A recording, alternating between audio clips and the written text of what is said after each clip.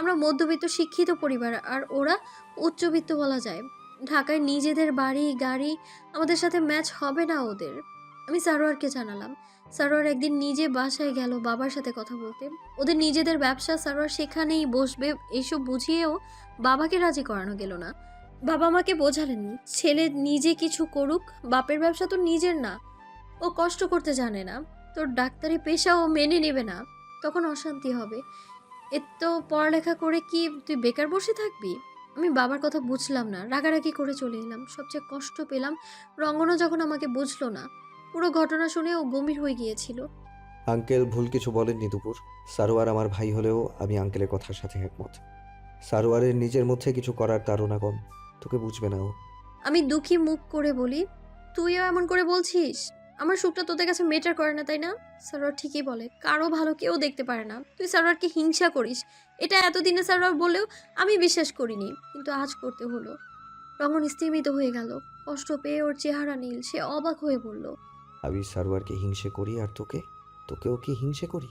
আমি ঠোঁট উল্টে বলেছিলাম, কি করিস তা জানি না, তবে আমার সুখে থাকাটা সহ্য হচ্ছে না তোর, এইটুকু বুঝতে পারছি। রঙ্গন অবাক নেত্রে অনেকটা সময় আমার দিকে তাকিয়েছিল, তারপর দুঃখ ভারাক্রান্ত গলায় বলল, খুব ভুল করছিস দুপুর, এই ভুলের জন্য একদিন পস্তাতে হবে। ভালো থাকিস। কথাগুলো বলেই রঙ্গন চলে গিয়েছিল আমার সামনে থেকে। পরের শুক্রবার সারোয়ার ওর মাকে নিয়ে এলো।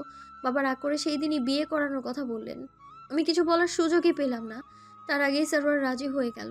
শুনতে অদ্ভুত লাগলেও এটাই সত্য যে সেদিন গুটি কয়েক মানুষের উপস্থিতিতে আমাদের বিয়ে হয় এবং আমি সারোয়ারের সাথে চলে আসি ওদের বাসায়।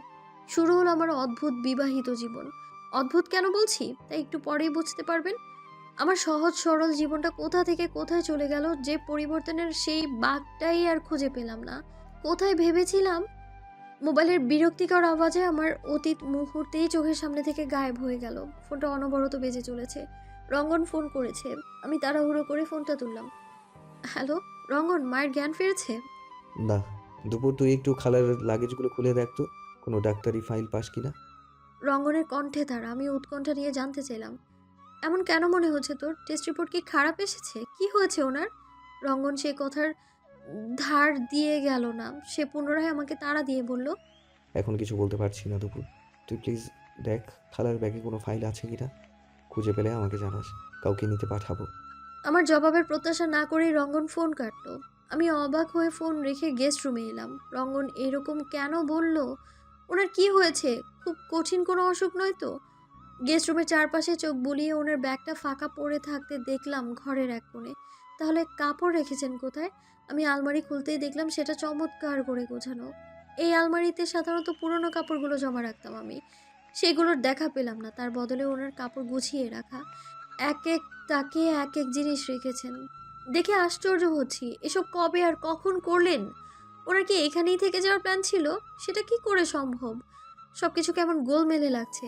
আমি মোমেনা খালাকে ডাকলাম। কি হয়েছে খালা? এইসব উনি কবে করলেন? আর এখানকার কাপড়গুলো কোথায় রেখেছে? আসার 2 দিন পরেই তিতুনকে নিয়ে বাইরে যাইতো, তখন একটা দুইটা করে নিয়ে নিয়ে গরিব মানুষকে দিয়ে দিত। আর কিছু কাপড় ট্রাঙ্কে রেখে দিছে, আলমারি আমাকে দিয়েই মুছাইছে। আশ্চর্য মানুষ তো। আমার জিনিস নিজের মতো করে দান করেছে। নিজেকে সামলে নিয়ে মোমেনা খালাকে বলি, আচ্ছা তুমি যাও, দেখছি আমি। মোমেনা খালা চলে যেতেই আমি ওনার কাপড় চোপড় সব নামিয়ে তন্ন তন্ন করে খুঁজলাম। কোনো প্রেসক্রিপশন তো দূর, কাগজের দেখাই পেলাম না কোনো।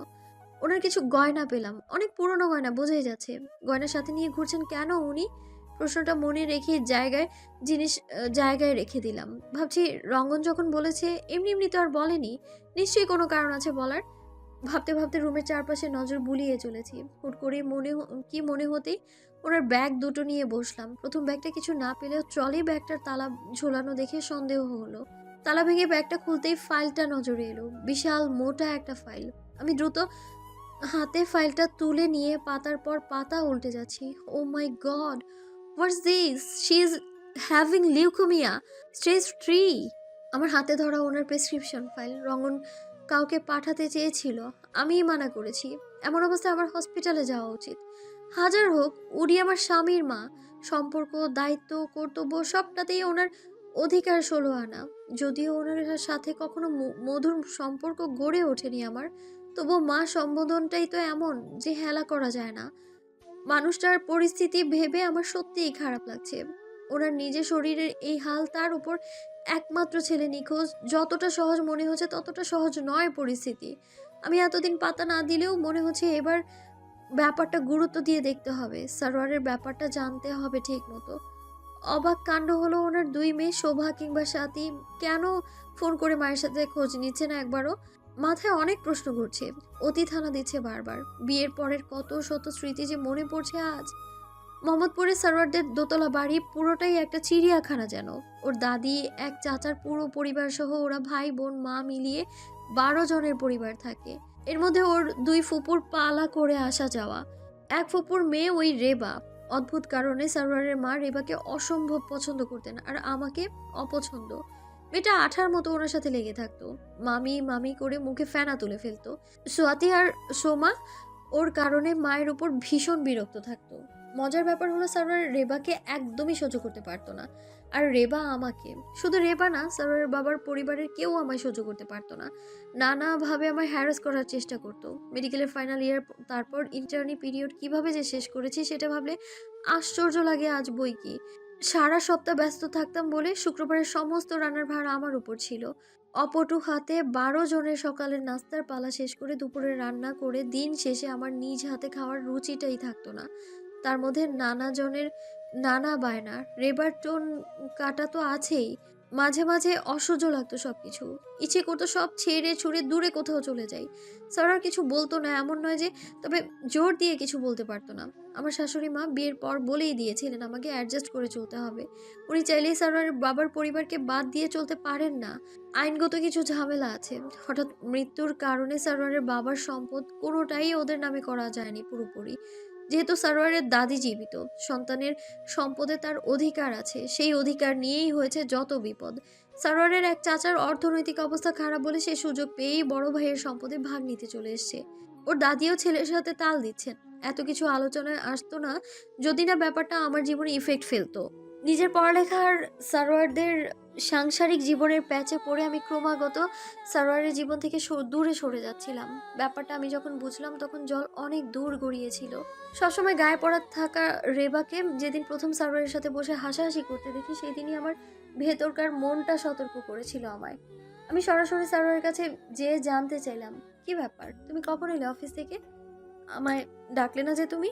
সারোয়ার ঠোঁট উল্টে জবাব দিয়েছিল, তোমার সময় আছে? পড়া আর রোগী দেখার বাইরে কিছু দেখার ইচ্ছে আছে তোমার? আমি স্তব্ধ, বধির হয়ে সারোয়ারকে বলেছিলাম। রেবা ঠোঁট উল্টে কর্কশ স্বরে বলে উঠল, অমন জড়বস্তুর মতো দাঁড়িয়ে না থেকে 2 কাপ চা করে নিয়ে আন। দেখছো না সারোয়ার ক্লান্ত। সারোয়ার তাকিয়ে দেখলো না আমাকে। ওর এমন পরিবর্তন ঠিক হজম হলো না আমার। আমি জবাব না দিয়ে ধীর পায়ে চলে আসি। 2 কাপ চা বানিয়ে সারোয়ার আর রেবাকে দিয়ে আমি ঘরে ফিরিয়েছিলাম। আমার ভেতরটা ভীষণ উল্টে পাল্টে গেল। আমি কি সত্যি নিজেকে নিয়ে খুব ব্যস্ত হয়ে গিয়েছি? সারোয়ারকে সময় দিই না একদমই। কই, ও তো কিছু বলে না কখনো। সম্পর্কে শুরুতেও কতবার করে বলেছে ডক্টরি মহান পেশা। ও খুব প্রাউড ফিল করে আমাকে নিয়ে, তাই আমার পড়ালেখা যত পারে ও হেল্প করবে। আর আজ কোথায় গেল ওর প্রাইড? বাবার বাড়ির সাথে সম্পর্কে সুতো আলগা করে এই বাড়িতে এসেছিলাম যার ভরসায় সে দূরে সরে যাচ্ছে। এটা মেনে নেই কি করে? আমি সিদ্ধান্ত নিলাম বিসিএস বাদ। সম্পর্কের চাইতে বিসিএস বড় হলো নাকি? কি হবে বিসিএস দিয়ে যদি সারোয়ার না থাকে? আমি সারাদিন একটা মেডিকেল অফিসার হিসেবে দায়িত্ব পালন করে সন্ধ্যার পর ভালো বউ হয়ে সারোয়ারকে সময় দিব বলে মনস্থির করি। কয়েকদিন পর সারোয়ার নিজ থেকেই বলল, কি ব্যাপার দুপুর, হুট করে এমন লক্ষ্মী হয়ে গেলে? বিসিএস দিবে না? আমি মাথা নাড়ি, না তোমাকে সময় দিতে পারি না, তাই পড়ালেখা বাদ। আর ভেবে দেখলাম বিসিএস হলে তোমার থেকে দূরে ঢাকার বাইরে থাকতে হবে। এমনটা কি সম্ভব হবে বলো? সারোয়ারের মুখে বিশ্বজয়ের হাসি। আমাকে জড়িয়ে ধরে চুমু দিয়ে পড়ল, উফ, কি যে বাঁচালে দুপুর। আমি সত্যি চাই না তুমি আমার থেকে দূরে সরে যাও। সন্ধ্যায় ফিরে বউকে না পেলে ভালো লাগে বলো? মা বলছিল বউ মানুষ সন্ধ্যার পর বাইরে থাকাটা খুব খারাপ। মাকে দেখেছো তো, বিকেলের মধ্যে কাজ শেষ করে বাসায় ফিরে আসে। আমি তোমাকে ভালোবাসি দুপুর, আমার থেকে দূরে যেও না প্লিজ, তাহলে কষ্ট পাবো খুব। আমি মনে মনে থমকাই। সারোয়ারের ধসে পড়া বিবেক দেখে অবাক হই আমি। ধাক্কাটা আমার জন্য বেশ জোরালো ছিল বলে আমি চুপ করে থাকি। মনে মনে সান্ত্বনা দিই সারোয়ার সত্যি ভালোবাসে আমায়, তাই এমনটা করছে। দিন ভালোই কাটতে লাগলো। কি জানেন, সবার মনের মতন চললে দিন ভালোই যাবে, শুধু একসময় দেখবেন আপনার মনটা গিয়েছে, কোনো কাজ করতেই আর ভালো লাগবে না তখন। আমারও তেমন অবস্থা হয়েছিল।